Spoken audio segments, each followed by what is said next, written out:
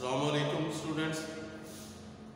आज का जो हमारा टॉपिक है अंडर डिस्कशन वो चैप्टर नंबर 15 बायोलॉजी की जो सेकेंड ईयर की बुक है उसी का टॉपिक है और टॉपिक है excretion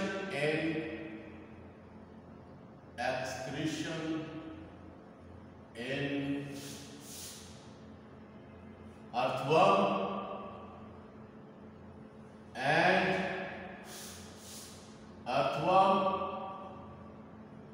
and cockroach.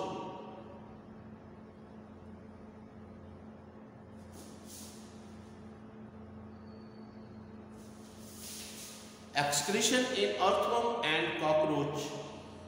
These are two different organisms, and we will discuss their excretory systems one by one. First, we will take on the earthworm. Excretion in earthworm, and then next we will discuss the excretion in cockroach. तो सबसे पहले हम बात करेंगे excretion in earthworm की। earthworm जैसे कि आप जानते हैं it is a segmented worm, यानी ये एक segmented worm, it's a segmented worm, यानी इसकी बॉडी जो है वो सेगमेंट्स पर मुश्तमिल है, यानी कंपार्टमेंट्स पर मुश्तमिल है। It's a segmented worm. और इसका जो एक्सक्रीटरी सिस्टम होता है वो मेटानेफ्रीडिया कहलाता है। मेटानेफ्रीडिया और मेटानेफ्रीडिया जो है ये एक ट्यूबुलर सिस्टम, यानी it's a tube like structure. Metanephridia इसका एक्सक्रीटरी सिस्टम मेटानेफ्रीडियम कहलाता है और ये ट्यूबुलर स्ट्रक्चर होता है, यानी कि एक लंबी ट्यूब की मानद। तो मेटानेफ्रीडियम जो है ये एक कंपार्टमेंट के अंदर दो होते हैं। ये अभी मैं आपको एक्सप्लेन भी करता हूँ कि ये दो कैसे होते हैं। तो ये जो इसके सेगमेंट्स हैं इसको मैं थोड़ा सा बड़ा करके यानी आपको इसको ड्रॉ करके आपको बताता हूँ कि इसका एक्सक्रीटरी सिस्टम कैसे होता है, जिसको हम मेटानेफ्रीडिया। तो ये फर्ज करें हमारे पास, यानी इसको मैंने बड़ा करके बनाया है ये जो अर्थवर्म है, और ये इसका एक सेगमेंट है, ये इसका दूसरा सेगमेंट है और ये इसका तीसरा सेगमेंट है, यानी इस तरह से ये। तो ये इसकी बॉडी के सेगमेंट्स हैं। और जैसे मैंने कहा कि एक इसके सेगमेंट के अंदर दो मेटानेफ्रीडिया होते हैं और मेटानेफ्रीडिया का जो एंटीरियर एंड है वो यहाँ से एक कंपार्टमेंट से शुरू होता है और it's a little bit swollen part, यानी ये थोड़ा सा स्वोलन पार्ट होता है एंटीरियर एंड, और जो इसका ओपनिंग होता है it is surrounded by lot of cilia, यानी इसके बाहर बहुत सारे सिलिया यानी हेयर लाइक स्ट्रक्चर होते हैं इसको। और इस यानी स्वोलन पार्ट को जो एंटीरियर एंड है इसको हम कहते हैं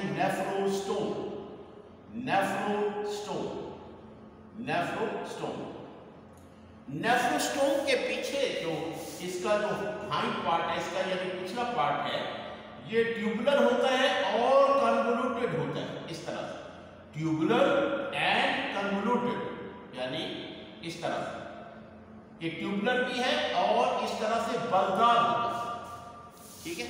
और बलदार जो पार्ट है ये इसके इर्द गिर्द कैपिलरीज का एक नेटवर्क होता है। इस तरह से कैपिलरीज का एक बहुत बड़ा नेटवर्क होता है इसके अराउंड, यानी इसके अराउंड है there is a network of capillaries around the metanephridia. और इसके जो नेक्स्ट पार्ट होता है, यानी ये ट्यूबुलर की बजाय थोड़ा सा स्वोलन होता है। स्वोलन पार्ट यानी कि sac like structure, it's a sac like structure, और इस सैक लाइक स्ट्रक्चर को हम कहते हैं या ब्लैडर, यूरिनरी ब्लैडर या फिर ब्लैडर। और ये जो ब्लैडर होता है ये आगे जाके एक पोर के जरिए से, इस पोर के जरिए से यहाँ पे इसकी स्किन के बाहर खुलता है, यानी इसके स्किन के साथ कहता है। ये जो पोर होता है इसको हम नेफ्रिडियोपोर कहते हैं। नेफ्रिडियोपोर, ये जो पोर है, सुराख है, इसको नेफ्रिडियोपोर है, नेफ्रिडियोपोर। तो ये है नेफ्रिडियोपोर। अब इसकी वर्किंग की मैं यानी जो है आप इसके डिस्कस करते हैं कि इसकी वर्किंग कैसे होती है। जैसे मैंने कहा इसके एक कंपार्टमेंट में नेफ्रोस्टोम है और इसके नेफ्रोस्टोम का जो ओपनिंग है इसके इर्द गिर्द सिलिया है, there are lot of cilia, और सिलिया और हेयर लाइक स्ट्रक्चर। और इसकी कंपार्टमेंट के अंदर जो है इसका सिलोमिक फ्लूइड, इसके अंदर फ्लूइड है जो इसकी गैस्ट्रोवेस्कुलर कैविटी के अंदर है, इसको सिलोमिक फ्लूइड कहते हैं, सिलोमिक फ्लूइड। तो ये जो नेफ्रोस्टोम के सिलिया है इसकी ओपनिंग के इर्द गिर्द ये इस तरह से प्रोपेल करते हैं इस फ्लूइड को इसके अंदर, यानी फ्लूइड को इसके अंदर डायरेक्ट करते हैं और फ्लूइड है जो है वो इसके अंदर जाता है। इसके अंदर जाने के बाद ये इसमें ट्यूब, इस ट्यूब्यूल में ये सर्कुलेट करता है, यानी ये जो फ्लूइड है इसमें सर्कुलेट करेगा, और सर्कुलेट जब करेगा तो इसके अंदर जितने भी यूजफुल प्रोडक्ट्स होंगे, यानी जैसे ग्लूकोज है या अमीनो एसिड्स हैं, ये सारी जो चीजें होंगी ये इन कैपिलरीज के जरिए से, ये जो कैपिलरीज इसके इर्द गिर्द हैं, ये इसके अंदर जितनी भी यूजफुल चीजें होंगी वो सारी की सारी रीअब्जॉर्ब कर लें, और रीअब्जॉर्ब करने के बाद ये इन कैपिलरीज यानी कि ब्लड में चला जाए, और जो इस ट्यूब्यूल के अंदर यानी एट द एंड यहाँ पे इस ट्यूब्यूल के अंदर जो चीज बचेगी उसमें ज्यादातर क्या होगा, वाटर होगा, नाइट्रोजनस प्रोडक्ट्स होंगी और कुछ सॉल्ट्स, यानी और इस सॉल्यूशन को, इस लिक्विड को जिसके अंदर सिर्फ पानी है या थोड़े से सॉल्ट्स हैं या नाइट्रोजनस वेस्ट प्रोडक्ट हैं, इसको हम कहेंगे यूरिन, यानी ये यूरिन बन गया है। इसमें से जो यूजफुल चीजें हैं वो सारी की सारी इस कैपिलरीज के जरिए से रीअब्जॉर्ब कर ली गई। अब ये जो यहाँ पहुंच के जो बाकी बचा है ये यूरिन, और ये यूरिन जो है ये इस ब्लैडर में जमा होता रहता है, इस ब्लैडर में जमा होता रहता है, और जब ये भर जाता है तो इस नेफ्रिडियोपोर के जरिए से इसको एक्सक्रीट आउट कर दिया जाता है। ठीक है, तो ये था यानी कहने के जो एक्सक्रीटरी सिस्टम इन अर्थवर्म, जिसको हम मेटानेफ्रिडियम भी कहते हैं। अब देखें ये वाला जो हिस्सा है एक कंपार्टमेंट, यहीं से इसका जो अगले मेटानेफ्रिडियम का नेफ्रोस्टोम होगा वो यहीं से शुरू होगा, यानी ये नेफ्रोस्टोम है, नेफ्रोस्टोम, और ये इसके सिलिया, और इसका जो ट्यूबुलर पार्ट होगा वो इसमें।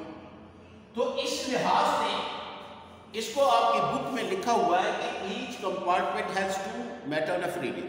तो कैसे, यानी देखें एक का जो पिछला हिस्सा है ये जो मेटानेफ्रिडियम का ये इसके अंदर मौजूद है, और दूसरे का अगला हिस्सा जिसको नेफ्रोस्टोम कहते हैं वो इसके अंदर। तो इस तरह से देखा जाए तो एक कंपार्टमेंट के अंदर दो मेटानेफ्रिडियम।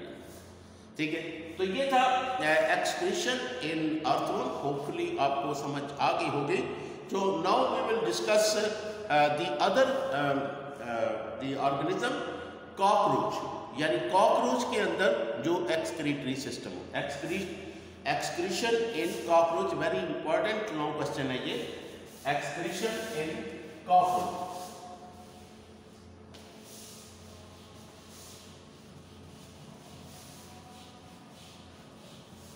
So now we will discuss the excretion in cockroach. Excretion in cockroach. Excretion in cockroach. और जैसे कि आप जानते हैं कि कॉकरोच इज एन आर्थ्रोपोड, ये एक आर्थ्रोपोड है, यानी एक इंसेक्ट है, आर्थ्रोपोड का मतलब है कि ये एक इंसेक्ट है, और इंसेक्ट्स या आर्थ्रोपोड के अंदर जो एक्सक्रीटरी सिस्टम है दैट इज यूनिक इस लिहाज से कि इसका जो एक्सक्रीटरी सिस्टम होता है वो इसके डाइजेस्टिव सिस्टम के साथ लिंक्ड होता है, और ऐसा बहुत कम है। यानी इस लिहाज से ये यूनिक ऑर्गेनिज्म है जिनमें एक्सक्रीटरी सिस्टम और डाइजेस्टिव सिस्टम एक दूसरे के साथ लिंक होते हैं। अभी मैं आपको बताता हूँ, इसकी थोड़ी सी डायग्राम बना के देखते हैं। सबसे पहले कि ये फर्ज करें हमारे पास एक कॉकरोच है ये, और हर एक इंसेक्ट के 3 पार्ट होते हैं बॉडी के, head, thorax and abdomen. Head, thorax and abdomen, ये इसका हेड है और ये इसका थोरैक्स है, ठीक है, ये इसका हेड है और ये इसका थोरैक्स है, और ये इसका एब्डोमेन, इसका एब्डोमेन, ये इसका एब्डोमेन। ये तो जैसे मैंने कहा कि जो इंसेक्ट्स हैं यानी इनके एक्सक्रीटरी सिस्टम को समझने के लिए हमें डाइजेस्टिव सिस्टम को भी साथ लेके चलना पड़ेगा, तभी हमें समझ आएगी कि इसका, क्योंकि ये दोनों सिस्टम एक दूसरे के साथ इंटरलिंक्ड हैं, एक दूसरे के साथ एसोसिएटेड। तो इसके हम पहले बात करेंगे डाइजेस्टिव सिस्टम की। डाइजेस्टिव सिस्टम इसका स्टार्ट होता है यहाँ से, ये इसकी बक्कल कैविटी है या ये इसकी बक्कल कैविटी, बक्कल कैविटी, और बक्कल कैविटी के नीचे जो है ये खाने की नाली, जिसको हम इसोफेगस कहते हैं। इसको हम क्या कहते हैं? इसोफेगस। इसोफेगस, और इसोफेगस के बाद जो है इसका नेक्स्ट पार्ट जिसको हम क्रॉप कहते हैं। क्रॉप, ये जो क्रॉप है जब ये खाना खाता है तो ये खाना जो होता है ये इस क्रॉप के अंदर जमा रहता है, यानी इस क्रॉप के अंदर ये जमा कर लेता है। जैसे जो चिकन है उनके अंदर भी आपने देखा होगा कि एक पोटा होता है जिसके अंदर वो जो भी खाना खाते हैं पहले उसके अंदर जमा कर लेते हैं, फिर उसमें से थोड़ा थोड़ा लेते हैं, और जो एक्चुअल स्टमक है इसके बाद जो है एक्चुअल स्टमक, और एक्चुअल स्टमक को क्या कहते हैं? गिज़र्ड। गिज़र्ड, ये जो गिज़र्ड है ये एक्चुअल स्टमक है, और इसके अंदर फूड जो होता है वो डाइजेस्ट होता है, ग्राइंड होता है, डाइजेस्ट होता है, और इसमें मुख्तलिफ एंजाइम जो हैं वो मिक्सअप होते हैं। उसके बाद इसकी स्मॉल इंटेस्टाइन शुरू हो जाती है, और स्मॉल इंटेस्टाइन, ठीक है, स्मॉल इंटेस्टाइन जिसको हम एंड्रॉन भी कहते हैं और या मिड गट भी कहते हैं, एंड्रॉन या फिर मिड गट भी कहते हैं, मिड गट। और ये वाला जो है यहाँ से लेकर यहाँ तक का जो पोर्शन था इसको हम फोर गट भी कहते हैं, फोर गट। खैर, इसके बाद इसकी लार्ज इंटेस्टाइन शुरू हो जाती है, ये लार्ज इंटेस्टाइन है, और लार्ज इंटेस्टाइन का जो आखिरी पार्ट होता है इसको रेक्टम कहते हैं, इसको रेक्टम कहते हैं, last part of the large intestine, rectum. और ये जो ओपनिंग है जहां से इसकी फीसेस और यूरिन दोनों बाहर आता है इसको हम क्लोएका कहते हैं, क्लोएका, क्लोएका, ठीक है। अब